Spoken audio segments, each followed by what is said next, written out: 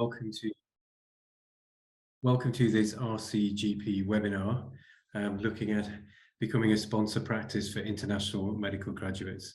It's great to see you all here, and we really do appreciate you giving up your time on your precious evenings to come and join us. But I think it is, as I'm sure you'll all agree, a very important topic. So let me introduce myself. I'm the chair for this evening. I'm Mike Holmes. I'm the chair of the trustee board at the RCGP, but I'm also a GP in the north of England, in Yorkshire, from Haxby Group, which covers a large area of North and East Yorkshire, and I'll explain a bit more about that later.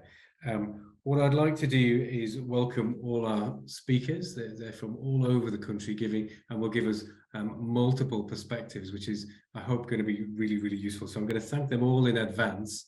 And what I'll ask them to do is, when they do speak, they'll introduce themselves in more detail.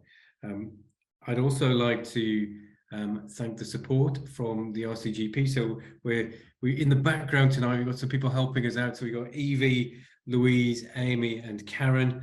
I'm sure you'll agree they do a fantastic job organising these events and helping us from a tech perspective. So I just want to express my appreciation for them. Before we get going, and before we start to look at the context and the reasons why we're holding this webinar, I think we're just going to run some polls. So you'll see some questions pop up on your screen in a second, and if you could complete those and answer those questions, that would be really appreciated. And once that poll has been collated, we'll see the results pop up on the screen. But in the meantime, you've got the agenda for the evening. Hopefully you've had sight of this already. Unfortunately, Mina Farag, you can see there at the beginning, she's unable to join us tonight. So we're going to replace that with a video, which is also going to give us personal testimony from someone who's been involved in this process. And then we're going to hear from Onyi and her colleagues, giving a sort of practice perspective from the Birmingham in the West Midlands, and then you'll hear from myself and my colleague Meg, giving our perspective from Yorkshire and the Humber. We'll then get we'll hear from Caroline Hatton, who's a training hub manager, and she'll talk us through how she's become somewhat of an expert in this, I think, although she'll explain to you why that's happened. And then she works in Worcestershire and Herefordshire. And then actually what we're going to do, we're just going to change the agenda slightly. So before we go into breakout rooms, we're going to hear from Jonathan Blay, who works in our campaigns department at 30 Euston Square in London. And he'll be giving us an update on what the RCGP is already doing to support members in this space, which I hope will be really useful.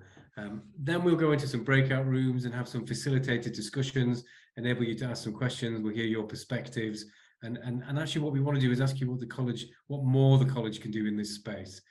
So we look forward to hearing your perspectives, and then finally we'll have a sort of plenary Q&A where you can ask any other questions if there's any information that you want to receive and you haven't heard it. So before we describe the context, you can see there on the screen who's taking part in the webinar tonight, which it feels like there's a nice mixture of different people, both clinical, some qualified, some trainees, some partners, and some practice managers, and people working in HR. So that's great to see. Good mix from across the UK, which again is really nice to see. And we can see there that the majority of people on the webinar tonight just want more information on becoming a sponsor practice. So hopefully, I think we'll be able to address all of those learning needs. So if we move on to the next slide, I just want to spend a couple of minutes just setting the context for this. So with someone who has a daughter that's just gone to medical school and just gone through the process of applying to medical school, I know basically we have about 28,000 applicants to medical school each year for about 7,500 places.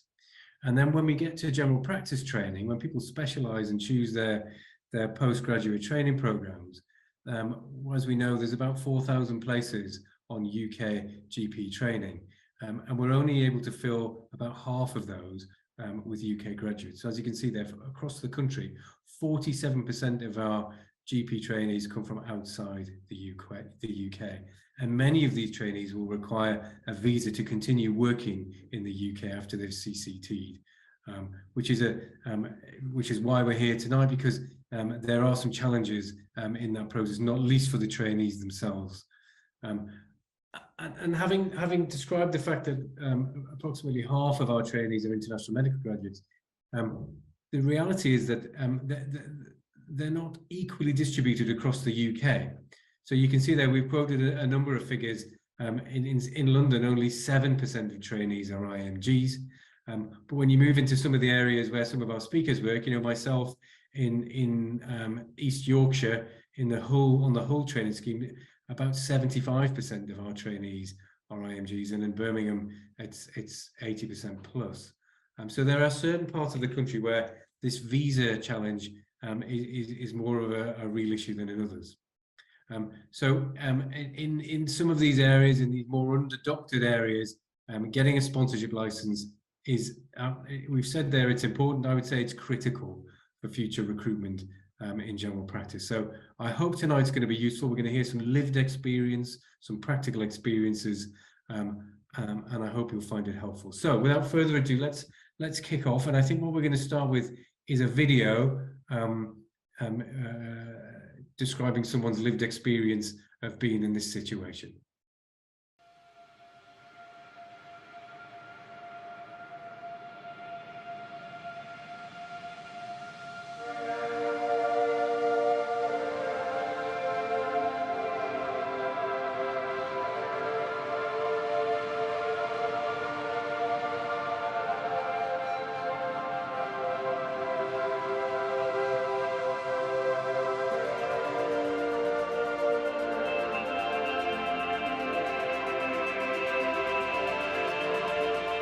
My name is Mina Farag.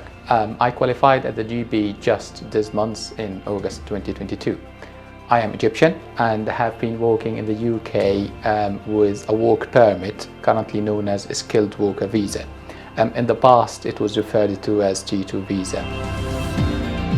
The skilled worker visa, previously known as Tier 2, is to help retain international medical graduates in general practice in the UK. Birmingham and Solihull ICS are actively supporting IMGs to secure jobs with a licensed practice who have jobs to take on IMGs. The unique selling point about Behl ICS is that they are incentivizing practices to be a skilled worker sponsor licensed practice. Since 2018, my visa was sponsored by Health Education England, enabling me to complete my foundation and GB training. My GB training was in the West Midlands with East Birmingham and Solihull BTS. During my GB training, I worked in several places around the Midlands. Establishing a medical career in the UK for an IMG, which by the way stands for International Medical Graduate, is very challenging, particularly in the first few years. Communication skills, language subtleties, and career progression are among the biggest difficulties that overseas doctors face. I think that's why support is key. I was definitely supported by the Birmingham and Solihull ICS as an international medical graduate until I finished my training. I have noticed a significant improvement throughout my career in the UK in the last few years, and specifically in the last few years of my training. Behl ICS area is one of the most multicultural areas in the UK. Support is the main thing. Support is key. You have to surround yourself with enough support, because working in a different environment and working in the NHS could be challenging initially, specifically if you come from a country that has a different health system. For a GB trainee, finding suitable sponsoring practices can be a major and a stressful, challenging task they have to do. I mean, if they work with a visa. The Behl area is one of the largest ICS areas in the UK. GB practices in the Midlands are more familiar with the sponsoring process for skilled worker visas.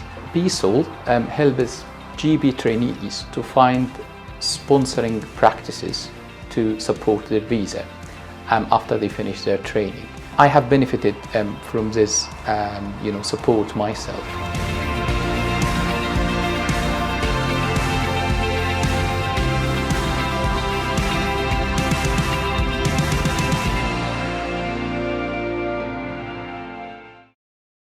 Hi, so my name is Dr. Onyi Okwonko, and I am a GP in Birmingham and Solihull, in one of the most deprived areas.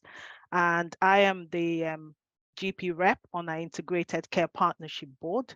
And I have brought today with me two of my colleagues who you can see all from the video that there is a lot going on in ICS to try and support international medical graduates. So I've brought two members of our team here to tell you a little bit more about what we are doing. But so I'm going to kick off and tell you what it felt like for us as a practice, and a very small inner city practice. Next slide, please. So like I said, I in addition to being the GP rep for the faculty, Midlands faculty, I'm the joint on-sec and also the council rep. And of course, being involved in the college, I saw the all the things that were going on when Dr. Ripo, who is a friend of mine, went and talked about it, and we started the campaign on this. But before then, I have to say a huge thank you to the NHS Midlands team, Faye and Cassia, who have done quite a few seminars in Birmingham and Solihull, but I hadn't quite got involved until when we started the campaign at the RCGP. That was when I just felt, look, we need to put our money where our mouth was. And I asked my practice manager to start looking into this. So for my practice, we're a very small practice. We're training practice about 6,200, but we're very inner city and very deprived. The sad reality is that inner city practices really struggle to recruit because there can be a lot of challenges with health inequality, and people that the health literacy tend to be very poor. So in itself is always a challenge to recruit to our area. But being a training practice, we're very fortunate because most times we tend to have our trainees stay with us. We offer them deprivation fellowship, we offer them new to practice fellowship. So we have a lot of incentives within our area that we can use to support any trainee or international graduate that come to work with us. Like I said, we're very small. We're just two partners, five part-time salary GP and one advanced nurse practitioner. We have lots and lots of ARRS staff, but because being an inner city, you still have a lot of contact. We are still needing to recruit. So when we started the campaign, to be honest, it was very easy for us. Because they had done a lot of work, I asked my practice manager to get in touch with our peer support team, who you will hear from, who had already produced a wonderful crib sheet for us to go through that literally within 20 minutes in a finance meeting at the end of July, we were able to complete. We paid for the visa online, which was £536. And luckily for us, as you can hear, it's part funded by our ICS. And we did that, I think it was 12th of July on this, and we got an email back that said, oh, by the way, you can imagine it, that was height of July, lots of people graduating, looking for the visa, and they said, oh, we have a high waiting list, you will hear from us. And to be honest, I wasn't holding my breath. I was like, oh my goodness, this is going to take months and months. But then on the 17th of August, I got an email to say, oh, by the way, could you put your name here, there, and there, and send it back to us? And I did that, and the very next day we got our license. And we applied to recruit 2 people if we could, and that was what they gave us. But then now the challenge has started, and that is the one that we're trying to now work out, because here we are, we have the license. Then you hear about all these young doctors graduating and needing the license and being out of work, and they don't know where we are, we don't know where they are, and the dots are not joining. So now in our ICS, we're beginning to start thinking of things differently and looking at what can we do to join the dots. And that's why I brought my team today, to see if they can talk to us, and hopefully let's see what we can do together to make things better. I'm now going to hand over to Ahmad Jamil, who is one of the practice managers in our peer support team, who will tell us what it is that we need to be doing from a practice manager's point of view. Ahmad. Hi, good evening, everybody. Next slide, please. Sorry. Hi. Yeah, so I'm part of the, just quick introduction. So I'm part of the BSOL ICB PS4 team.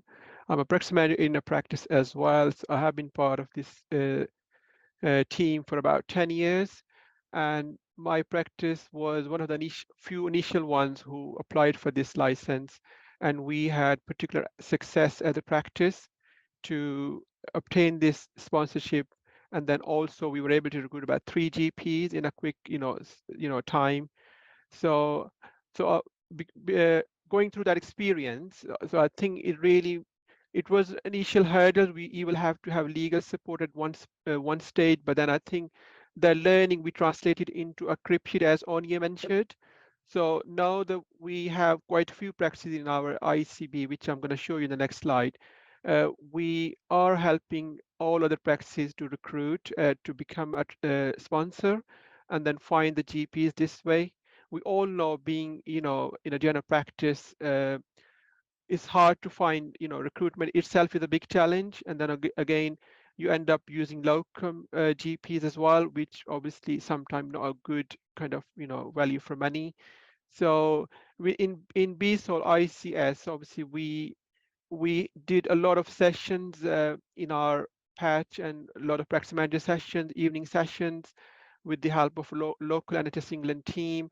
And then we were able to educate our, practice in our patch to kind of, this challenge that's, about to come. And obviously, in the introduction, we heard about the challenges that we are having to recruit for general practice. So what we did in our kind of patch was just making sure our practices are proactively, you know, hearing about this challenge, and then they're ready for this as the time appears.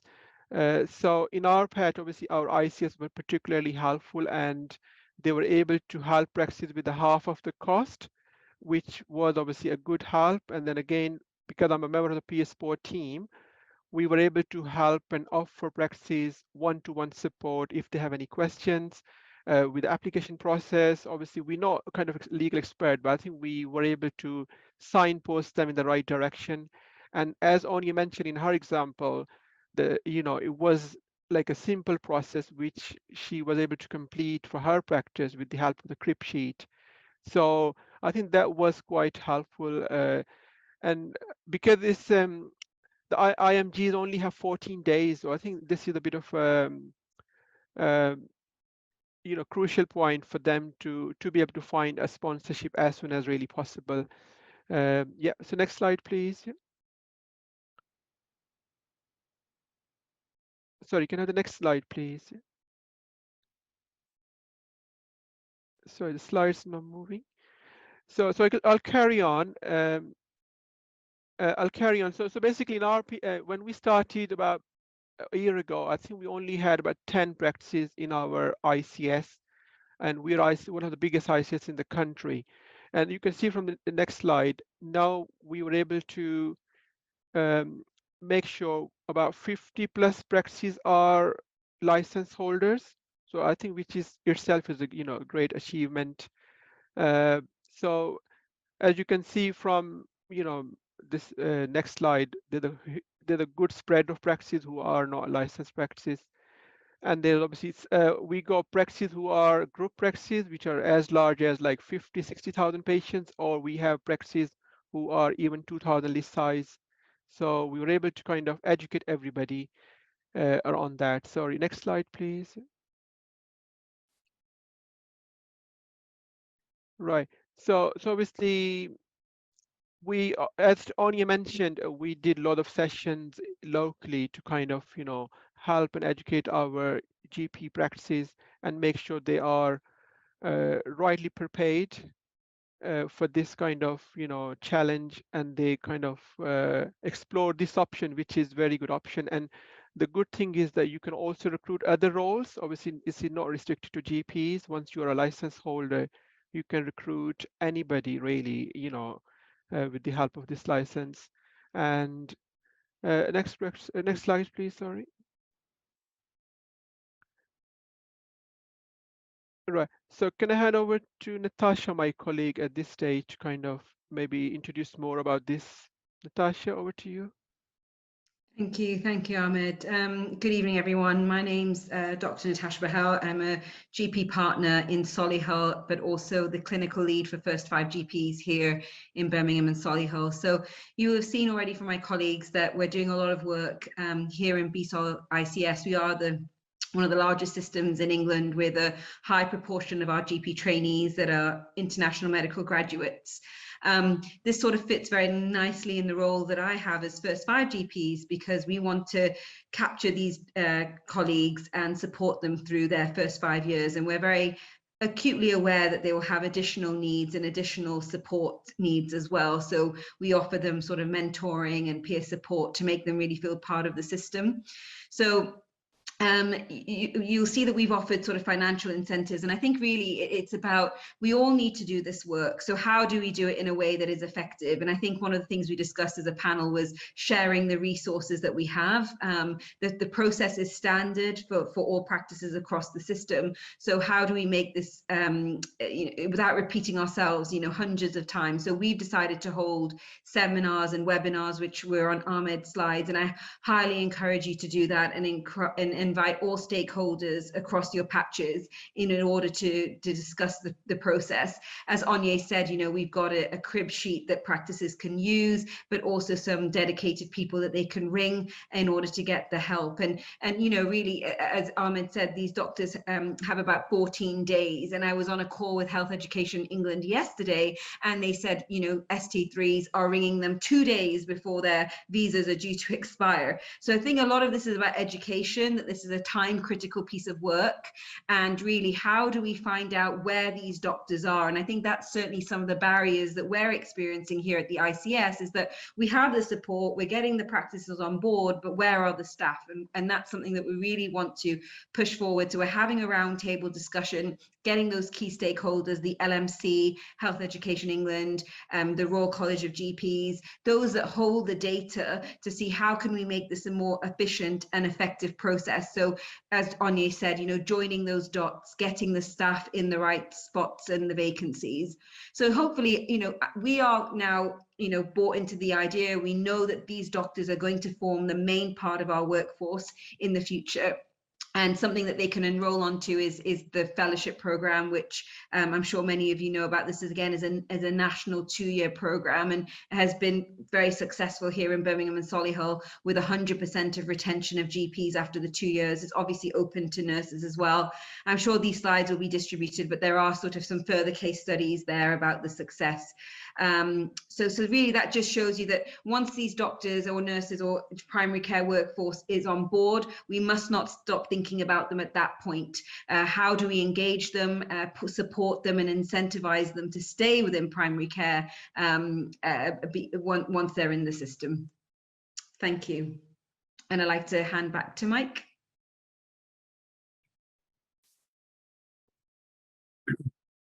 Thanks, Natasha. Thank you for that. So what we'll do now is move on to a perspective from my own practice. I'm going to be joined by Meg Cooper, who's just sitting to my left. Meg, do you want to introduce yourself? Yeah, of course. Hi, so I'm Megan Cooper, and I'm the head of HR operations across all of our practices in Hull, York and Scarborough. Great. So if I just start by giving you a sort of vague outline of the practice itself. So it's quite a large practice. We look after 100,000 patients, sort of equally split between Hull, York and Scarborough. And we operate out of 13 different premises. We're a training practice, and we also operate the workforce and training hub for Health Education England in our ICS, which is Humber and North Yorkshire, which is a huge geographical area, as those of you who know the area might know. And you can see that as a practice, we have a huge number of trainees. So you can see that table there at the bottom of the slide. And this is over the last 2.5 years, the number of trainees that have been through our organisation, and you can see the sort of numbers of IMGs that have formed part of that trainee numbers. And actually, you can see as a percentage of total trainees that does vary across the different areas. So in York, actually in York, the percentage of IMG trainees is about 10 to 15%, slightly more in the numbers I presented there that have come to our practice. And in Hull and Scarborough, it's in the region of 75%. The demographic that we work across in these areas does vary as well. You know, York is a fairly affluent town with a fairly low deprivation index, whereas on the east coast in Scarborough and Hull, these are quite deprived areas. They really do struggle to recruit GPs to those areas, and it's resulted in quite a multi-professional workforce. So we have about 150 clinicians that work across the three places, and only 37% of those are doctors. We have about just over a third are nurses and HCAs, and the other third are comprised of advanced clinical practitioners, so paramedics and physios, and also physician associates. So we've had to diversify in terms of the workforce in order to meet the shortage of GPs. And as a practice, we've had very little support from the ICS. There was a little bit of funding pre-pandemic, but very little now, very little support. So we've kind of had to navigate the process ourselves. And Meg will talk to you a little bit about our experience and how difficult that has been. We also, as the Workforce and Training Hub, run a fellowship. So just like we've heard from Natasha, these fellowships are all over the country, but they do vary in their composition. And it's definitely, I think it is a recruitment tool, and it's worth finding out in your area what fellowship opportunities are available. We've managed to get significant funding, so we've not had help in terms of getting visa licenses, but we have had help, financial help in setting up the fellowship program. We've got 2 fellowships for GPs locally. One is run by the local medical school and is essentially an extension of the half-day release from the training schemes. And the second scheme is one that's run by us at the Workforce and Training Hub, which is what we call an enhanced fellowship scheme, where newly qualified GPs will get a session a week funded, and they're able to explore interests. So whether that's doing a master's, exploring clinical interests, teaching, leadership, research, quality improvement work, that it's not micromanaged at all, and they're given a full session a week to develop as a GP, which is great news. And like Natasha's experience, it has attracted people to the area, and so far we have, again, 100% retention, and 100% retention in substantive posts, which I think that's really important as we move forward. So I'm going to actually hand over to Meg now, and she'll talk you through her experience in terms of setting up these schemes. Meg. Yeah, perfect, thank you. Okay, so out of kind of 2 of our 3 places, we're in the process of trying to get a license. Our Scarborough practice had a license already historically, so that kind of helped us a little bit in terms of we've got people in the practice that had a little bit of insight in how to do this. As Mike mentioned, a large portion of our trainees are IMGs, and therefore without a sponsorship license, we would be unable to recruit them into vacancies that we've got, which seems a great shame. So I managed to find a little bit of funding through NHS England, and had some support from a recruitment agency.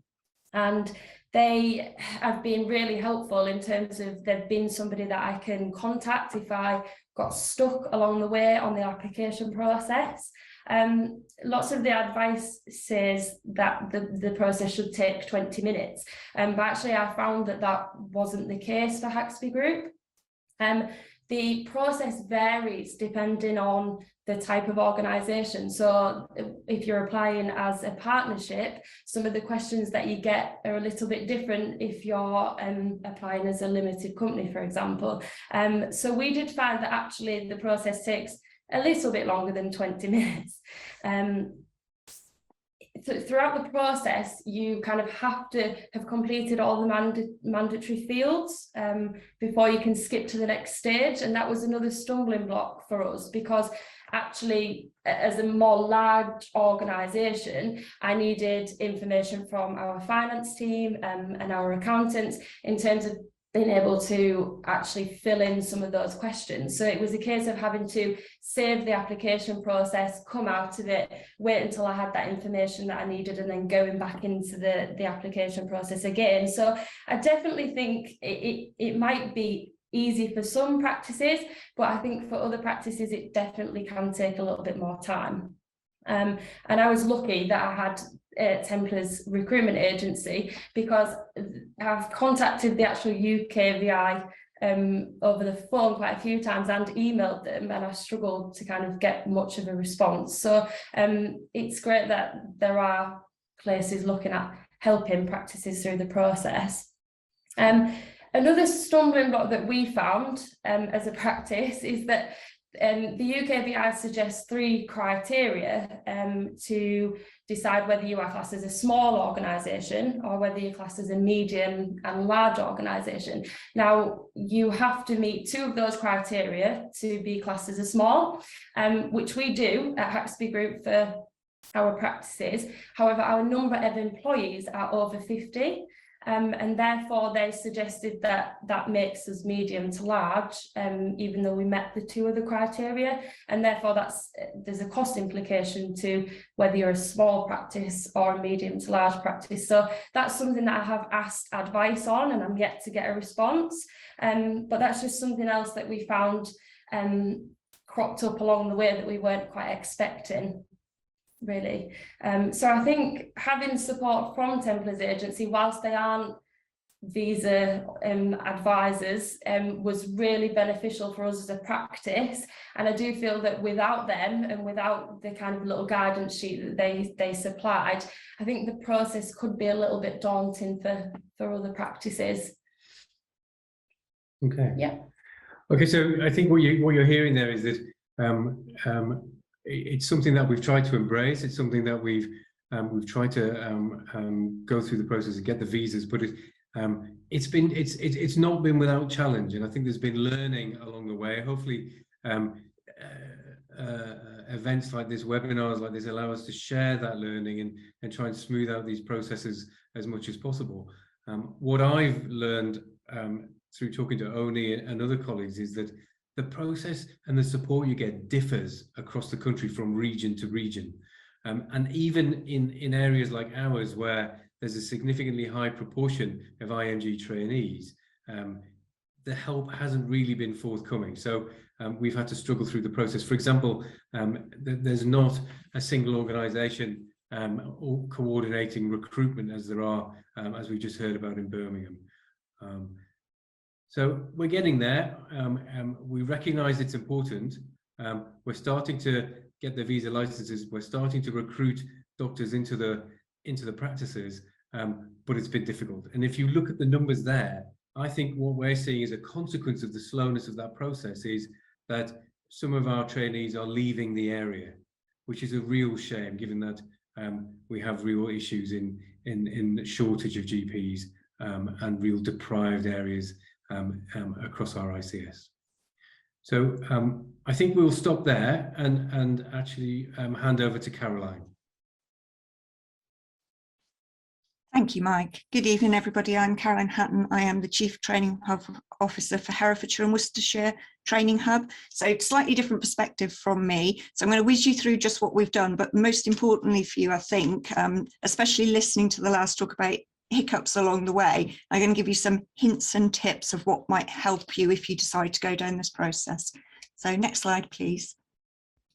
So the background for us in Herefordshire, I started in this field when I did the application for the Federation. So the Training Hub in Hereford and Worcester is hosted by Taurus Healthcare, which is the GP Federation for Herefordshire.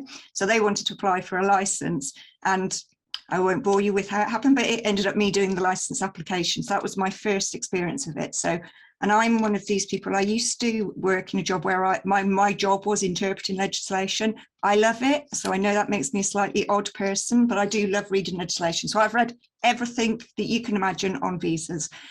So I completed our first application. And then when we were looking at it, the starting point was the 2 federations. So one of the federations in Worcester, the Hereford one, and 6 practices. That's all we had in the whole of the 2 counties. So as a CCG at the time, we had conversations and we decided, you know what, we need to support people doing this. And so we set up a program, and I'll go through the program on the next slide. But in that first wave, we supported 21 further practices.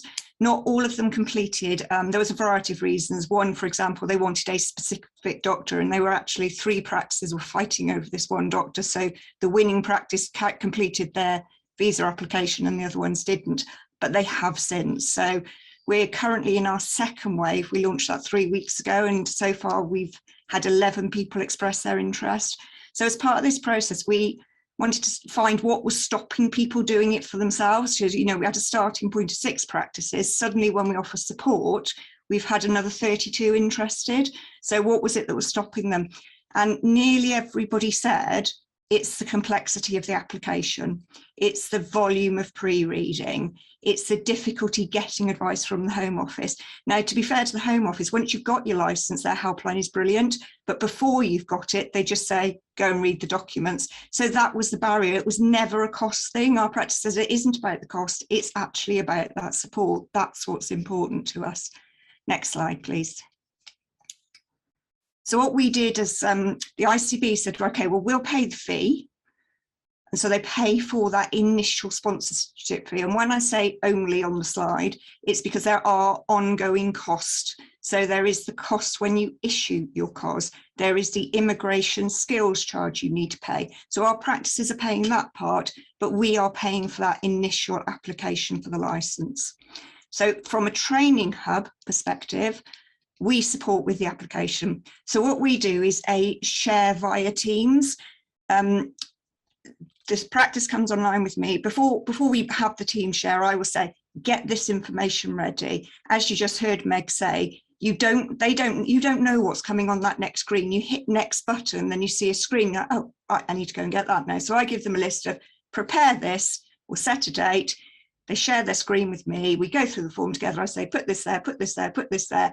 And we complete it in 20 minutes. And I've done it with limited companies in 20 minutes as well. So you can do it, but it's having that expertise say, actually, that box isn't applicable to you. Don't worry about it. This box, this is what you put in. So that has proved really, really successful for us. So after we've done that bit, they have ongoing support with me if they need it. So if it's a basic query and it's something I know, just ring me up and I can tell you it's not a problem. And they recruit. The one thing someone did ask in the chat a minute ago about where do you advertise? Well, in our area, for some reason, one part of our training hub that is incredibly successful is our vacancy page. I get on average 10,000 people look at my vacancy page every day. And so all of our practices tend to advertise with us. So once we've said to our license holders, if you had neon lights, put it in neon lights so you're a license holder. Because as we said, there are lots of people out there looking, and it needs to really be up there front and central. You are a license holder to attract those people because they're searching everywhere and they want to see it clearly that you're the person to apply to.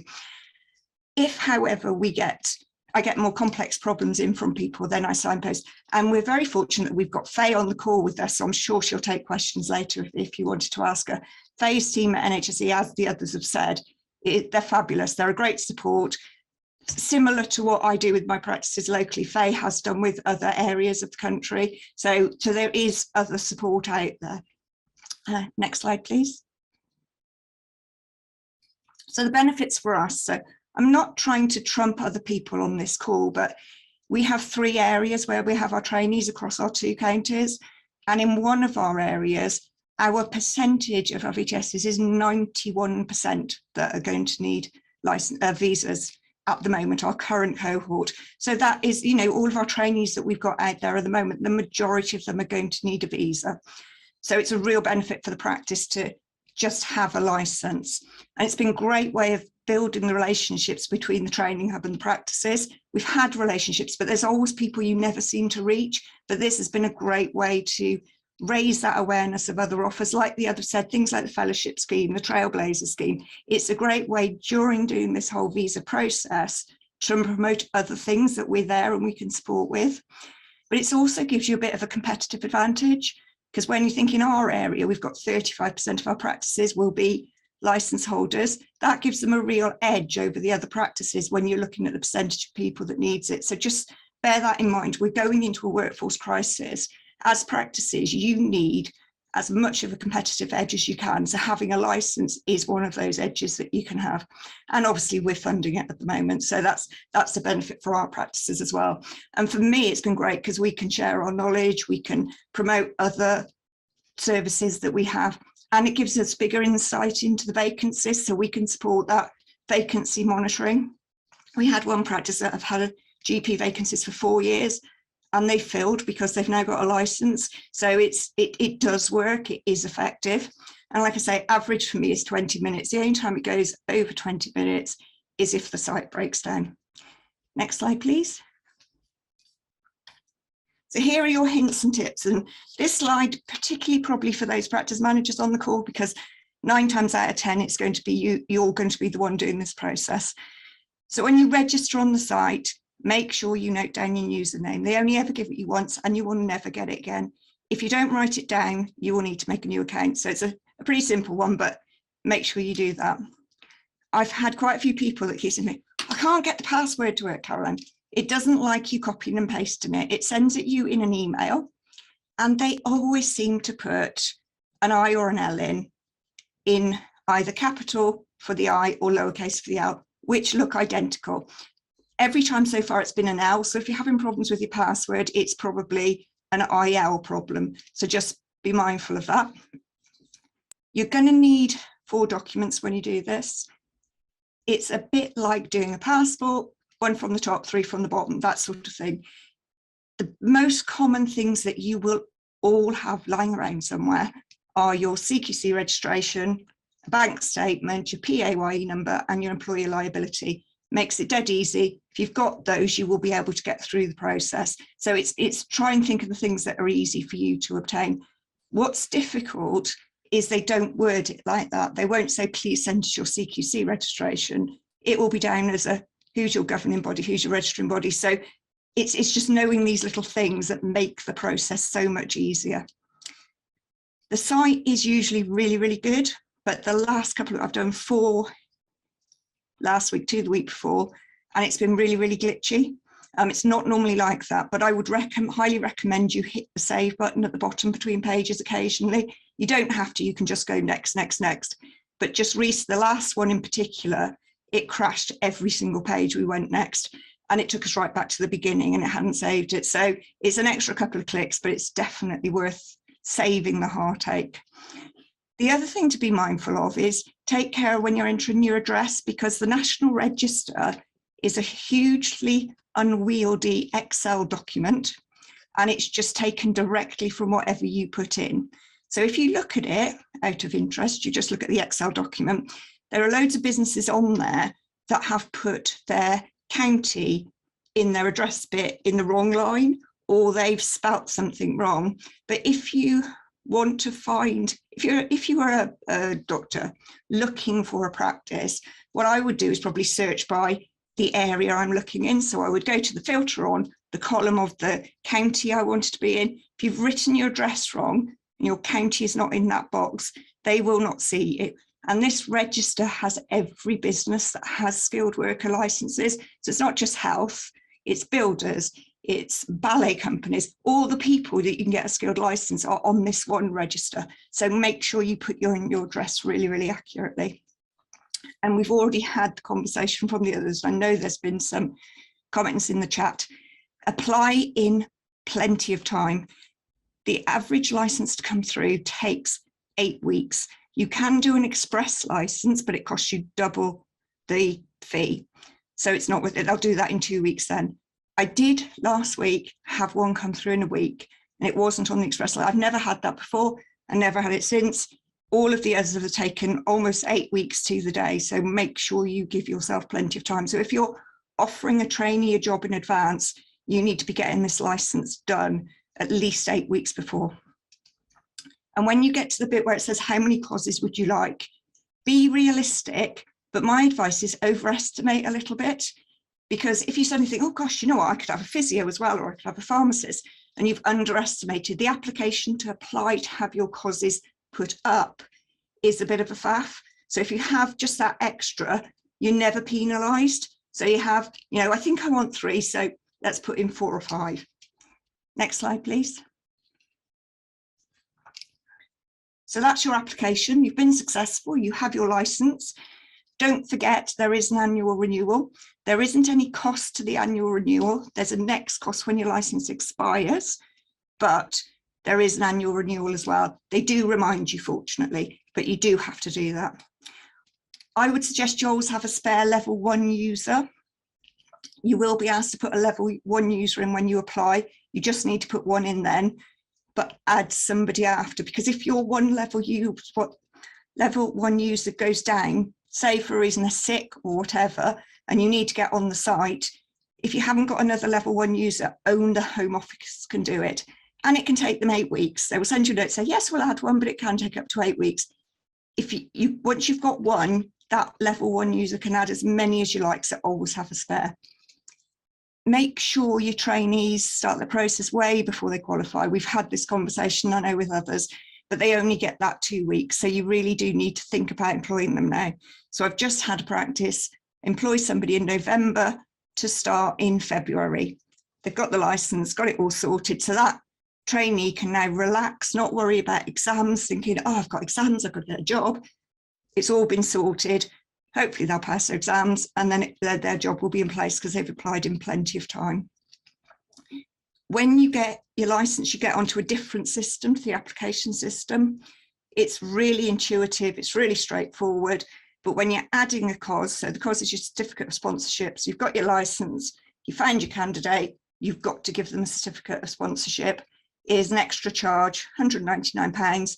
And then there's the skills immigration charge.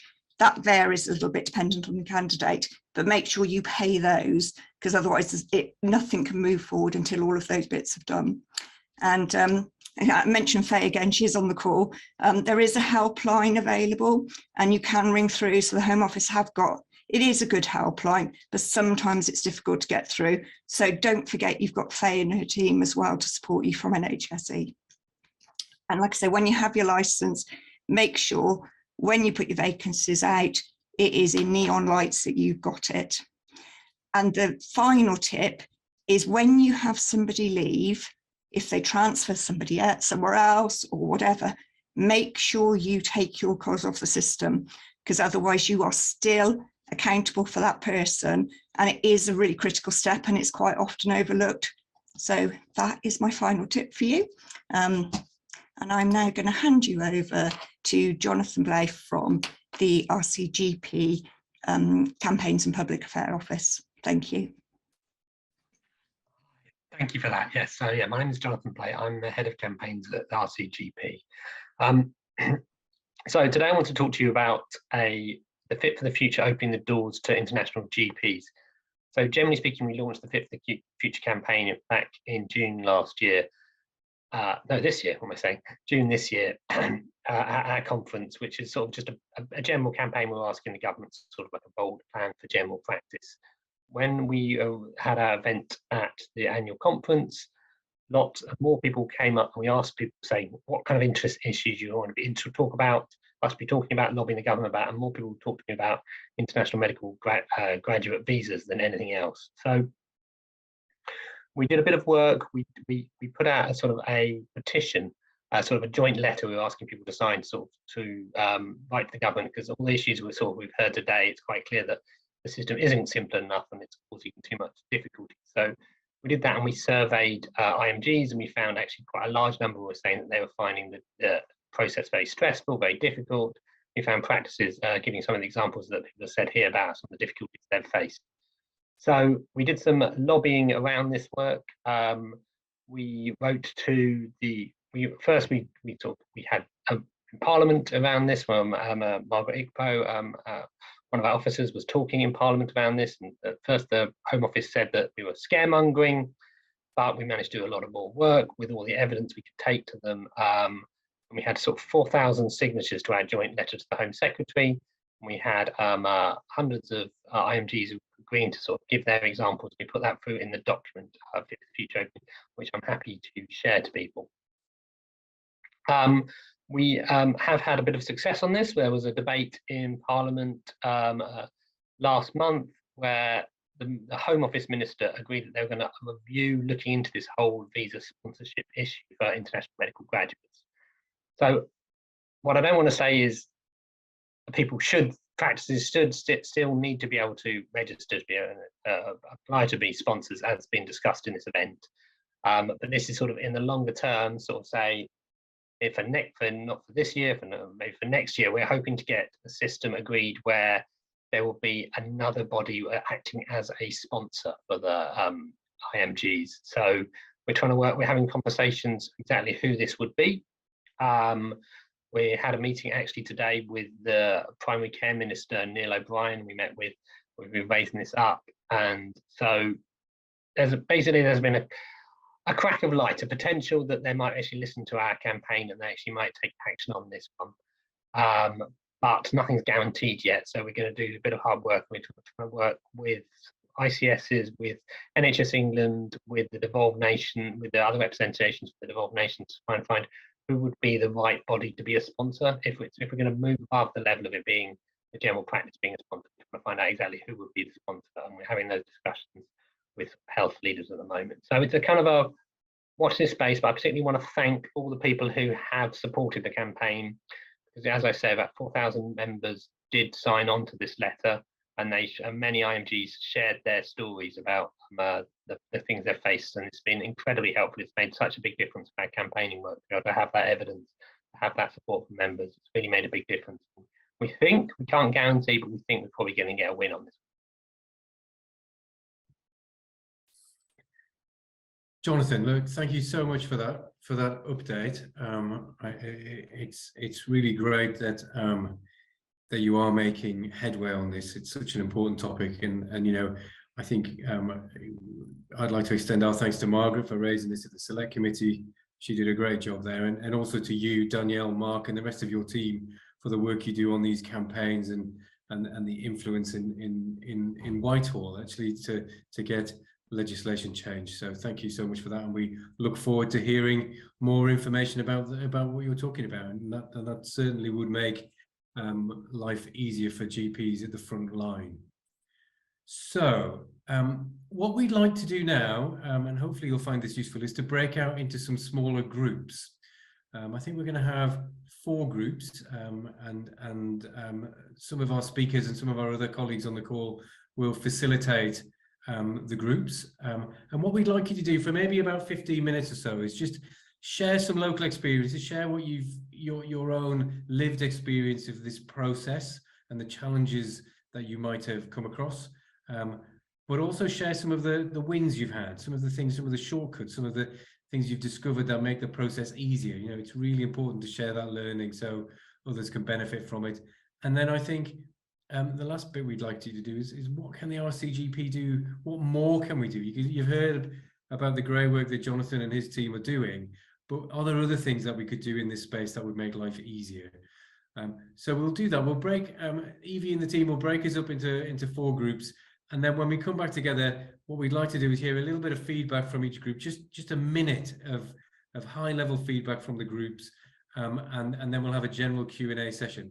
What I'd like to just emphasize is that these group sessions will not be recorded. So the rest of the session is going to be recorded. The groups won't be. So please feel free to speak openly and honestly, in that group to make the most of that discussion. Hi. So I think we're all back. It's great to see everyone back. I hope that was a useful 15 minutes. What we've got now, we've got a little bit of time before we wrap up tonight, just to have a bit of some feedback from the groups, and then a sort of an opportunity to ask questions into the big group. So I'm very happy to feedback from group 1, if that's okay, and if the other facilitators can get ready to feedback from their groups, that would be fantastic. So just in really quick summary, one of the questions we were asked is there a minimum contract length that we should be offering our IMGs if they're on a visa. And I think the feeling was that we shouldn't do that. It should be a permanent contract, open-ended contract, just like we would issue to any GP. That was very clear advice. We talked about issuing the certificate of sponsorship, and once you do that, it's an instant process, so there shouldn't be, so the delay is getting the license, but once you've got your license, you can issue a certificate of sponsorship instantly. That comes with a reference number that you give to the GP, and then they go and apply for their visa. So that was just a practicality that came out in our group. We talked a little bit about costs, and there's actually 3 costs in this process for practices. So there's the initial application for the visa, which is dependent on whether you're a small or large practice. So for small practices, it's about £536, I think. For large practices, so remember that if you've got more than 50 employees, it's just under 1,500. So there's quite a big jump for that. And the second cost is when you issue the certificate of sponsorship, that incurs a £199 cost. And then the final cost is something called the immigration skills charge. And that varies on the individual. It varies with which is their country of origin. And it ranges from around £400 or £500 up to 800. But just for contrast, in some other specialties, I think Caroline was telling us that she'd been supporting an anaesthetist and the charge was thousands. So it can vary, but for GPs, the sort of £400 to £800 bracket. And so that might sound like a lot, but you'll get help with some of it. And actually, when you think about the cost of locums over a 3-year period, it pales into insignificance. So it's not a significant cost in the grand scheme of things.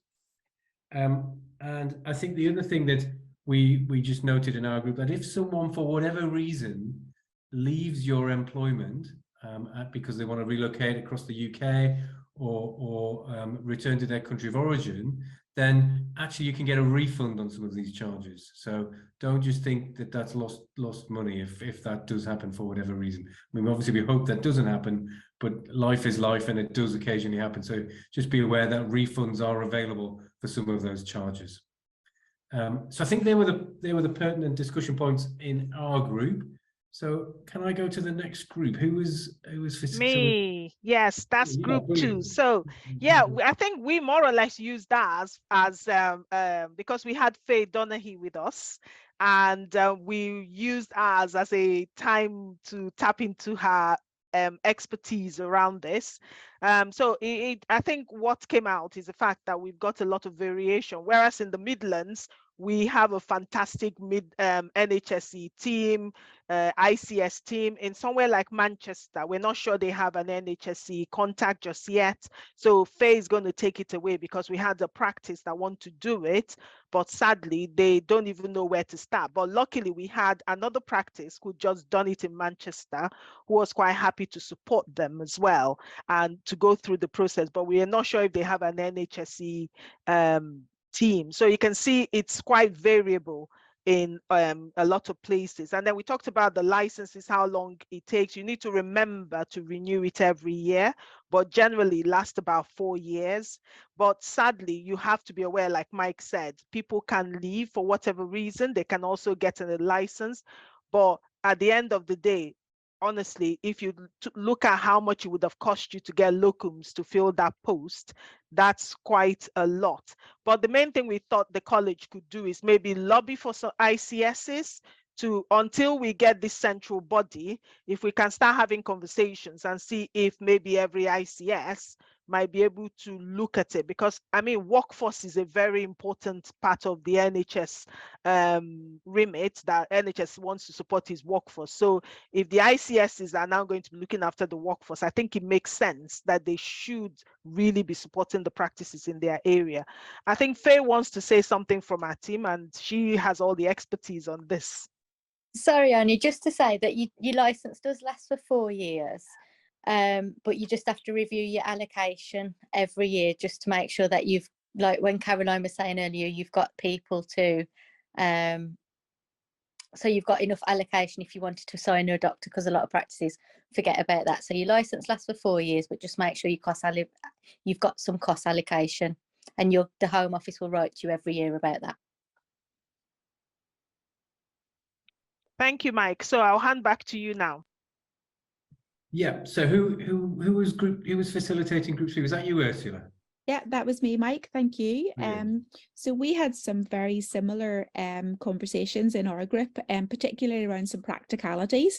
And we chatted a little bit around the costs that you had mentioned, and also sort of reiterating that issue around timing and trying to define what that 14-day period was, which was really that time from post-CCT for a trainee to have all of those things completed from a recruitment process. But the fact that you can start that 3 months before is important to remember. So from a recruiting perspective, actually having an earlier run at recruitment and having time to dot the I's and cross the T's and getting things submitted makes it easier for the practice, but I suppose much easier for the trainee about to CCT, so they're not worried that they're going to breach the 14 days. So that was one of the other things that we chatted about. And then we had a question which we weren't entirely sure about, and perhaps Faye might be able to answer this one, not to put you on the spot. But Imran was talking about this issue of defined and undefined, whereas you can be recruiting from outside the UK or within the UK. And obviously with our IMG trainees who are coming through at CCT, we're going to be recruiting from within the UK. But as a sponsor organisation, you can obviously then go to think about recruiting outside the UK, so long as those individuals have the skills and the qualifications to do so. So that could be not just GPs, but thinking about nursing colleagues, pharmacy and other healthcare workers. So that we had a little bit of a discussion around that and weren't entirely sure, but we were considerate of the fact that one of them related to within the UK and the other one without. Yeah, I was just trying. Hello, can you hear me? Hello, Faye. Yeah. I'm not actually sure. I'm just trying to have a look at the differences between the guidance, but I don't know if Caroline can come in, I think. Yeah, Caroline might be brilliant. able to Caroline. Yeah, so it is much more difficult. It is doable. It is a more complex problem. The bigger problem is to do with the registering bodies. So I will tell you from painful experience, the NMC are worse. So what you have to do, it's not just whether they're qualified, it's whether they're qualified to a level that is accepted by the governing body in this country. So it is doable, but it is more complex because you have to go through the registering bodies and say, then you have to say, will these qualifications meet? And quite often it's not so bad with pharmacists, it's okay with physios, nursing is a nightmare. And they quite often say they'll have to come into the country and work at a lower level until we personally assess them, which is awkward, but it's doable. So don't let it put you off. It's doable. It's just more complex. And I think when we talked about this, we were discussing that sort of issue around making sure that because these individuals will have to prove that they are working and they are credentialed to a similar level, that it is much easier if they're already in the country working at that level, or when we think about our GPs, once a GP CCTs, we know that they are at the appropriate level and they are within the register, and there is no issue with that.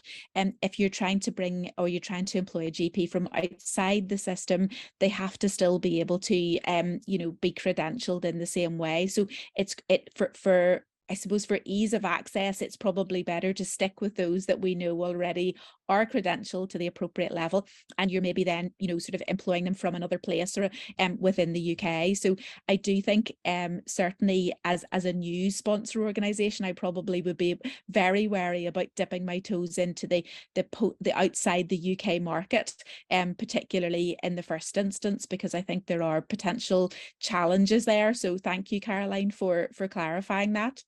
I'll just add to it as well, because something you said made me think of something else, and there was a chat in the comment there. The GMC are really helpful. So if it's doctors you're bringing in, it isn't anywhere near as hard. But the difficulty is with the skills immigration charge. You'll find that's much more expensive when you're doing undefined rather than defined. They do just whack the charges up. And you can see why, because obviously they need to be able to make sure that these individuals are appropriately skilled. The last thing that we talked about was, and we got cut off at the end, and that was really just around the time frame, and it leads into Mike's comment around, you know, should you be offering a defined contract? And the reality is that no, you shouldn't. But in terms of actually offering a certificate of sponsorship, the very maximum that you're going to be offering a certificate of sponsorship to these IMG doctors is 2 years, because on a 3-year CCT program, they need 5 years on a visa, and at year 5 they can then apply for indefinite leave to remain, so they no longer require a certificate of sponsorship. So that is the very maximum. But that said, in order to actually recruit, you're probably better to avoid having a limited contract and just actually applying for a full-time permanent position, because that will actually enhance your ability to recruit. I don't want to be just picky, just so that you know, not everybody wants to apply for right to stay. So we do have some people that do want longer visas because they don't, even though when they get to that 5 years, they don't want to do that. Okay, that's interesting, because I suppose in our locality, most are keen to go down that route of getting their 2 years or whatever that might be finished. But that's a really good point, Caroline. Thank you. Mike, I'm going to shut up now and hand over to the fourth person. That's great. Thank you, Ursula. So I think our fourth person is Baba. Is that were you facilitating group 4? Yes, that is me. Hi, everyone. Our group was essentially on the same platform, and the same platform was a lot of the group members were not entirely sure which way to go with things because they were very, very new to the whole idea and the concept. So interestingly, the ideas that we generated were very similar. The ideas were there possibly needs to be a myth buster, something to dispel all the jargon, get it all on a crib sheet, get it easily accessible to all. And then the other thing, of course, was looking for regional variation, because we had Welsh members, we had Scottish members, and we had English members, and there was a lot of confusion around how each area operates differently. So as a group, the feeling was that it would be useful for the college to almost take lead as kind of the one unifying organization across the UK, to almost have signposting for everyone, so they can all turn to the college to see where to go for help and how to get help in their own areas. Out with that, though, everyone found the gory details, including the snippets of information and tips, etc., really useful, because everyone in my group were quite new, like I said. And that is our brief summary. Baba, thank you so much. I think Kurumi, you've got your hand up. Would you like to come in now? Yeah, I just wanted to check one more thing. When you're giving a contract to an IMG, say after you've obtained a license, is there anything to say they should be part-time, full-time, and what would be the number of sessions to say this is part-time or this is full-time? Well, my view on that, Krum, is it's very much up to the individual in terms of what they want. But Caroline, do you have any? Yeah, there are some rules. There is, but it's more of a maximum. It's more of a minimum pay, and it literally went up about 2 weeks ago. So they have to do enough sessions to meet that minimum pay threshold. I think it's 68,000 now. Just literally just gone up a couple of weeks ago.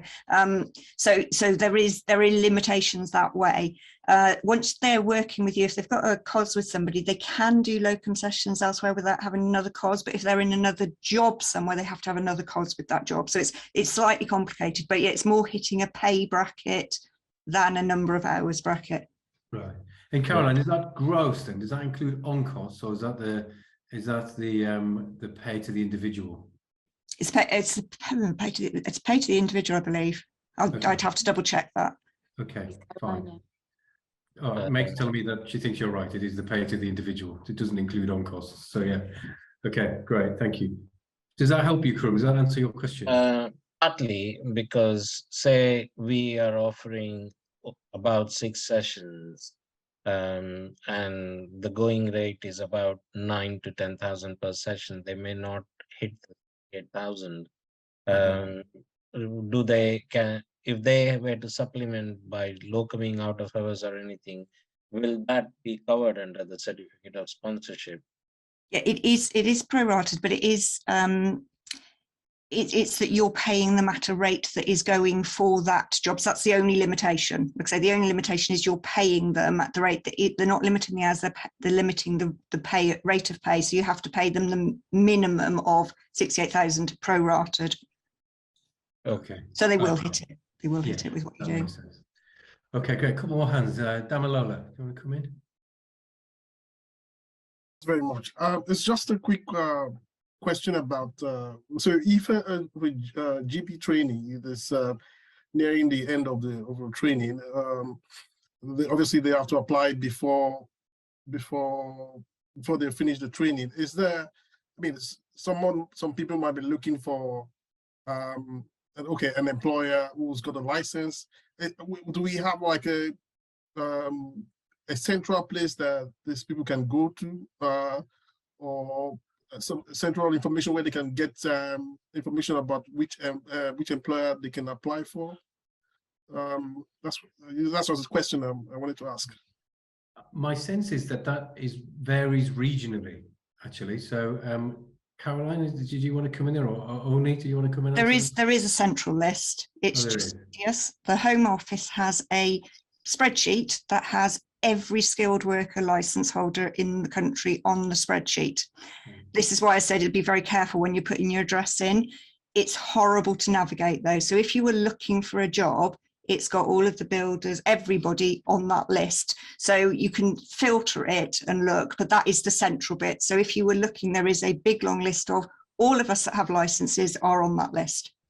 Okay, perfect. Thank you, Caroline, for clarifying that.